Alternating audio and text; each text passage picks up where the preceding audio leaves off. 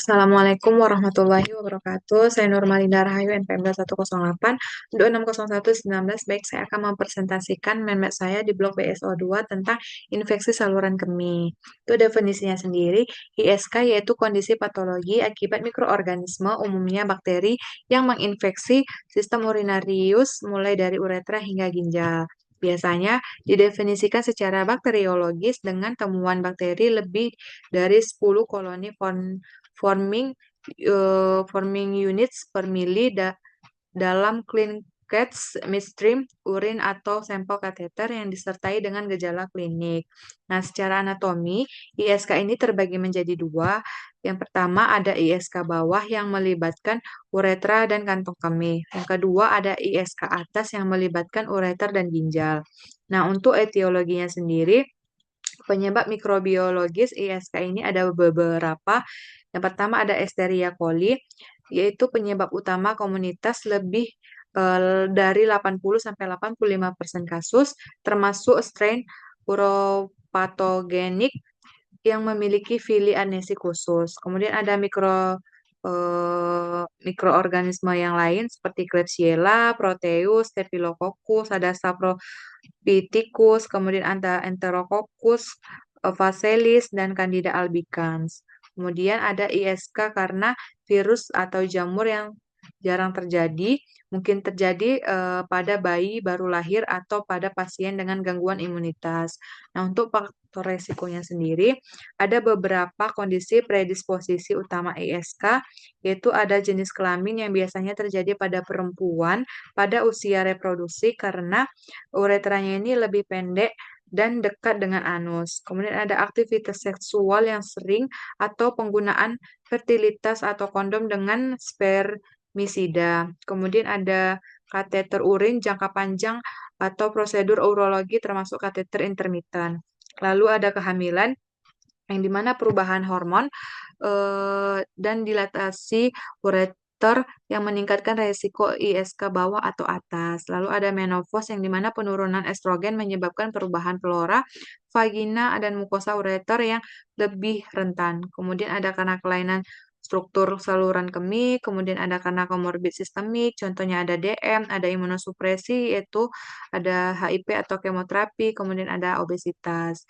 Nah, untuk patofisiologinya sendiri, ISK ini dimulai ketika uropatogenik, uropatogenik Escherichia coli ini menempel pada epitel saluran kemih yang melalui fili tipe 1 dan P. fibrae kemudian menyerang jaringan dan membentuk biofilm serta intraseluler bacterial community yang dapat menghindari respon imun inang, yang dapat memicu infiltrat, neutrofil, dan kerusakan lokal yang jika tidak diatasi dapat berkembang menjadi pilonefritis atau sepsis sistemik.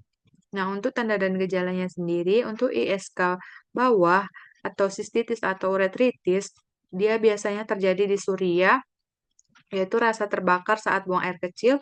Kemudian ada frekuensi dan urgensi urinasi walaupun bladernya sudah kosong. Kemudian ada urinnya itu keruh atau berbau, bahkan hematuria mikroskopik atau makroskopik. Kemudian terjadi nyeri suprapubik dan perasaan tidak nyaman di pelvis bawahnya. Kemudian ada ISK atas atau pilonefritis. Semua gejala ISK bawah ditambah dengan demam tinggi lebih dari 38 derajat Celcius. Kemudian si pasiennya ini akan merasakan menggigil, nyeri pinggang atau punggung sisi ginjal. Kemudian si pasien juga akan mengalami mual muntah. Nah, pada lansia atau anak kecil, gejalanya mungkin non-spesifik seperti kebingungan, malaise, dan terjadi penurunan nafsu makan.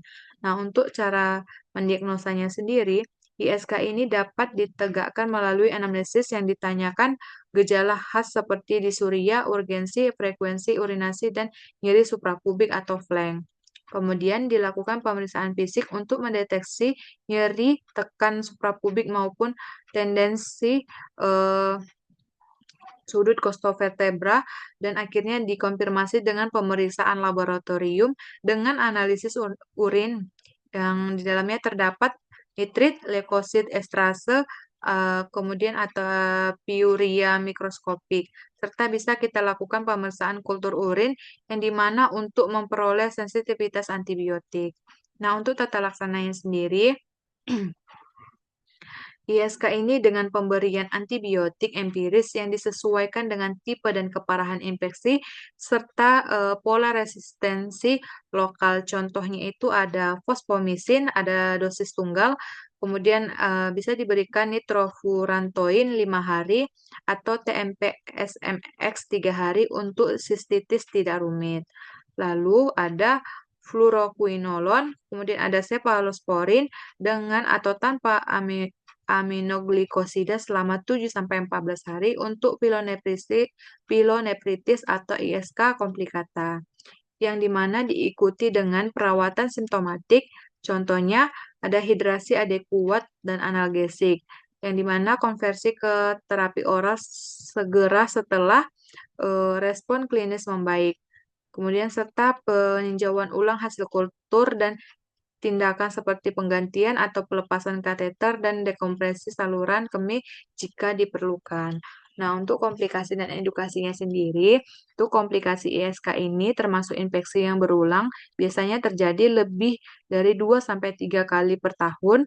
Kemudian ada pilonefritis yang bisa menyebabkan peradangan parenkim ginjal atau scarring. Kemudian bisa terjadi hipertensi atau bahkan gagal ginjal kronik. Serta urosepsis bila infeksi menyebar ke aliran darah. Kemudian untuk edukasinya sendiri, bisa kita lakukan pencegahan yang efektif, yaitu mencangkup menjaga hidrasi yang adekuat. Kemudian kita buang air kecil setelah bersenggama. Kemudian kita menjaga kebersihan genital, bisa kita bersihkan dari depan ke belakang. Kemudian kita hindari menggunakan sabun wangi atau biasanya disebut doncing.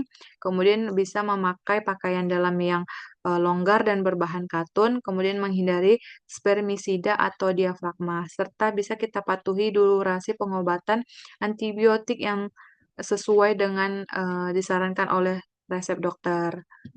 Sekian hasil presentasi saya, lebih dan kurangnya saya mohon maaf. Saya akhiri. Assalamualaikum warahmatullahi wabarakatuh.